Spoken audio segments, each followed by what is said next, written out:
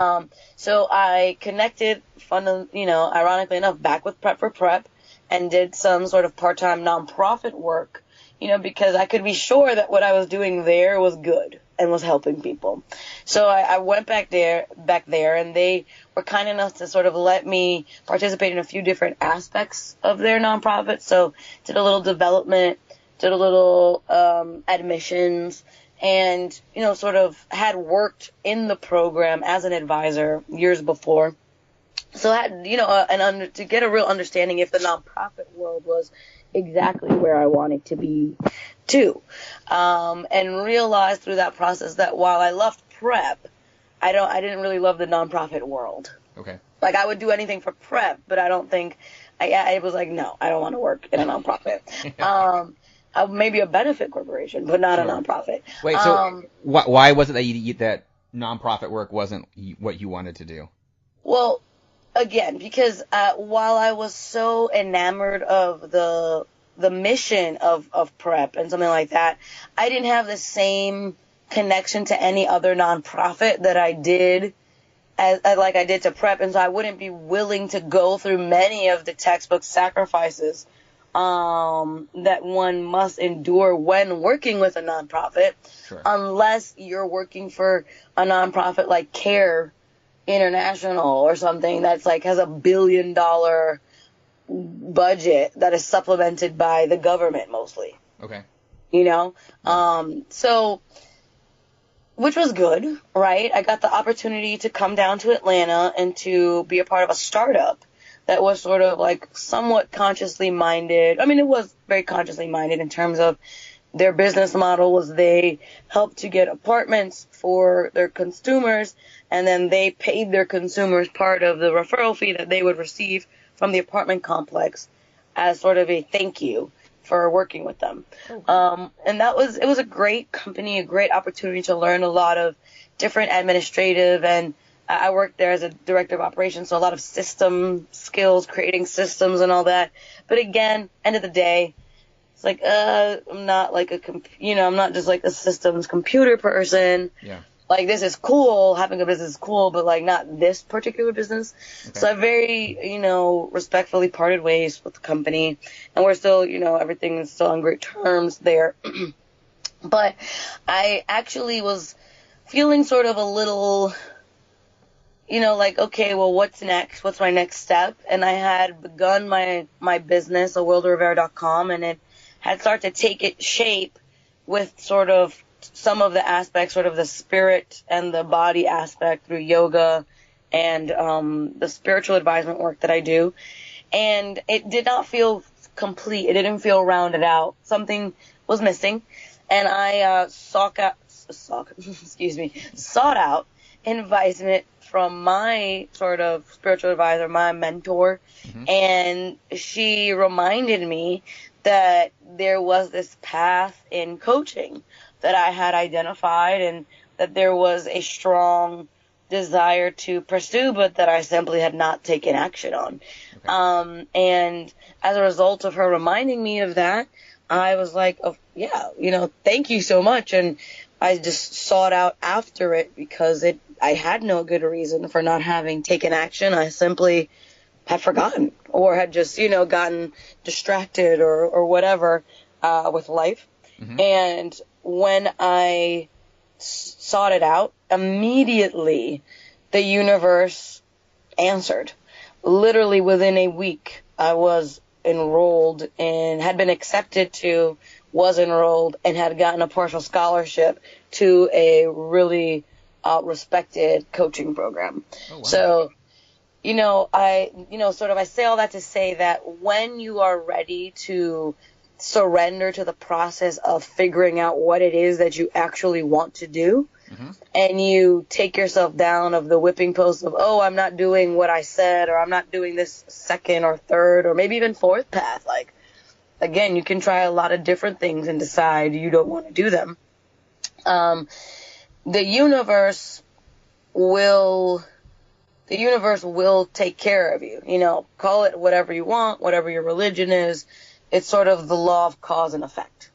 You say, I'm ready, and that causes things to happen, and as an effect, opportunities get presented to you, you start going down that path. Interesting. Very interesting.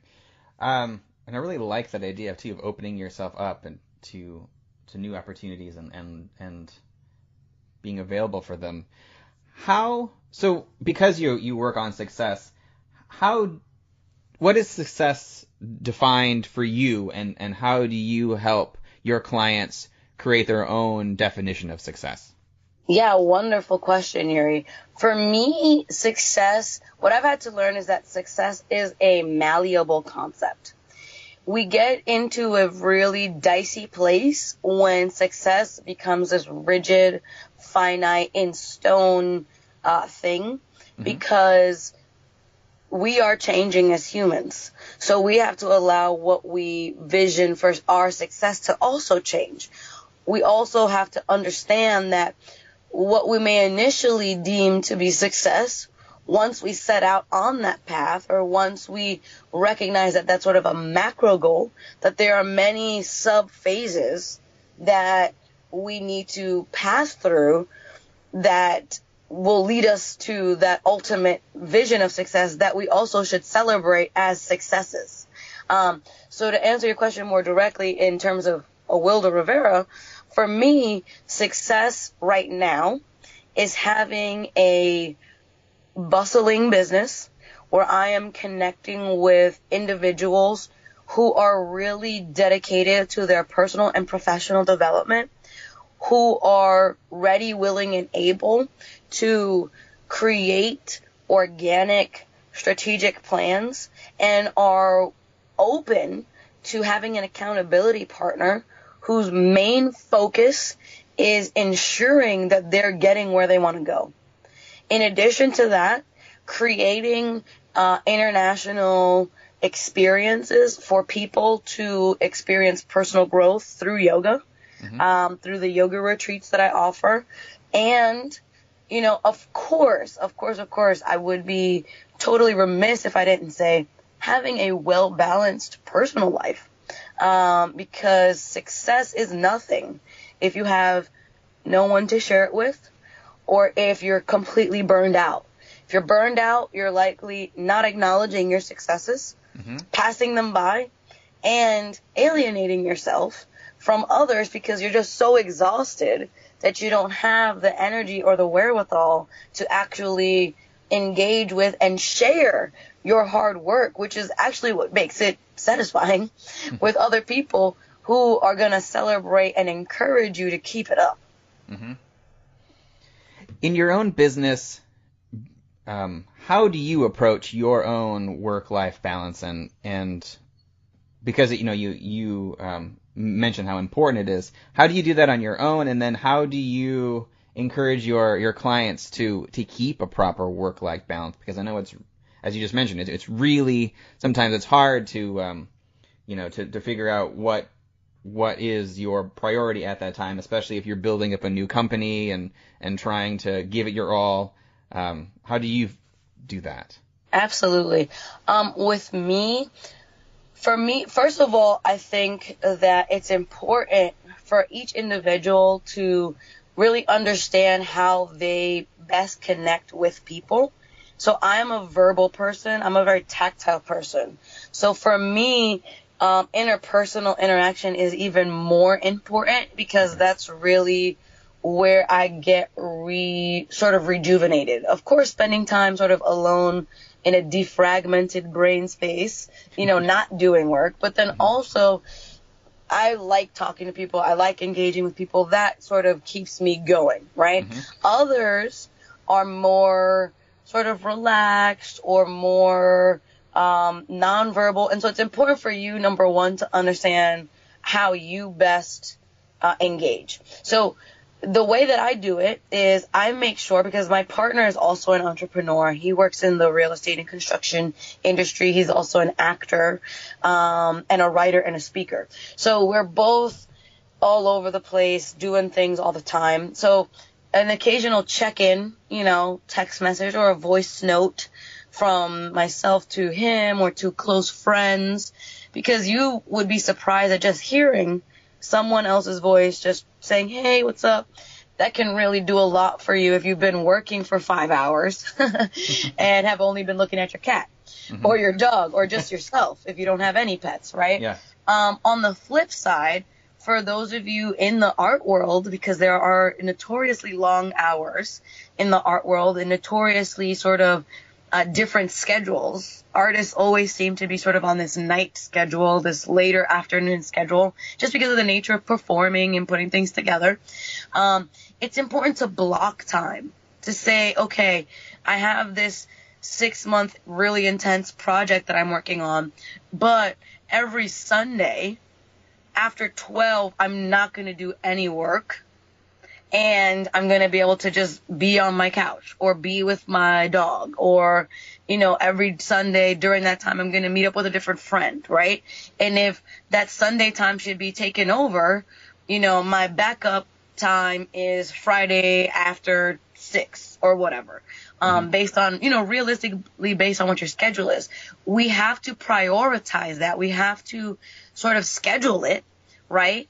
Otherwise, it's not going to be urgent enough until we're burned out. Humans have a tendency with tasks to focus on what is urgent rather than what is important and relevant. If we spent more time focusing on what is important and relevant rather than what is urgent, less things would get to an urgent phase, and we would potentially waste less time on the things that are irrelevant and completely unimportant. Interesting.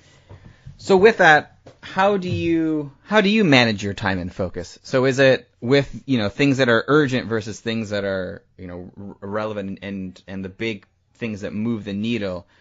Do you just focus on big one or two big ideas in a day? Do you structure things more linearly, like in a calendar? How do you handle that? Yeah, so it's actually a combination of all of those things. And this sort of, to piggyback the answer for the last question, this is also what I encourage my clients to do in terms of creating their balance, right? Now, planning is very important. Looking at your week, looking at your day, the further out you could get in terms of, if you could look at your week, that's ideal. If you could look at a 2 weeks period of time in terms of the certain projects that you want to get accomplished that move the needle, as you say, towards your overall goal, then that will really help you to visualize how it is that you are sort of climbing that little mountain. Whereas if you're doing 1,000 different things, I used to do 1,000 different things all at the same time. And I would have multiple days when I was just starting out where I would be like, I don't know what I did today, but, to use a sort of a colloquial parlance from the UK, I don't know what happened, but I feel like I got shagged backwards through a hedge. Because I am just, I am spinning, but I know that I've been at this computer. I have a migraine, but what did I do, right? Yeah. And I very quickly realized that I needed a better plan, that I needed to have more of a structure. And what I will tell people out there is that whatever it is that you do, know that there's always room for improvement. There's always room for investigating other systems and tools that can help you work smarter. Not because, this person is better than you or whatever, but listen, if something's going to save me 4 hours or something's going to save me 6 hours or a week, then forget whatever I thought my great system was. I'll adopt that system with a quickness, right? Mm-hmm. So, there is a man who specializes in high performance. His name is Todd Herman. And I came across his information towards the end of last year. And, like I said, I had a system or whatever, but I was like, listen, this guy has a better system. He works with athletes in high performance. He works with big businessmen in high performance. Clearly, I could probably learn something from this guy. And from taking his 90-day year course, right? And it's not for everyone, okay? I'll put that disclaimer out there. It's for people who really are focused on performing at a high level, who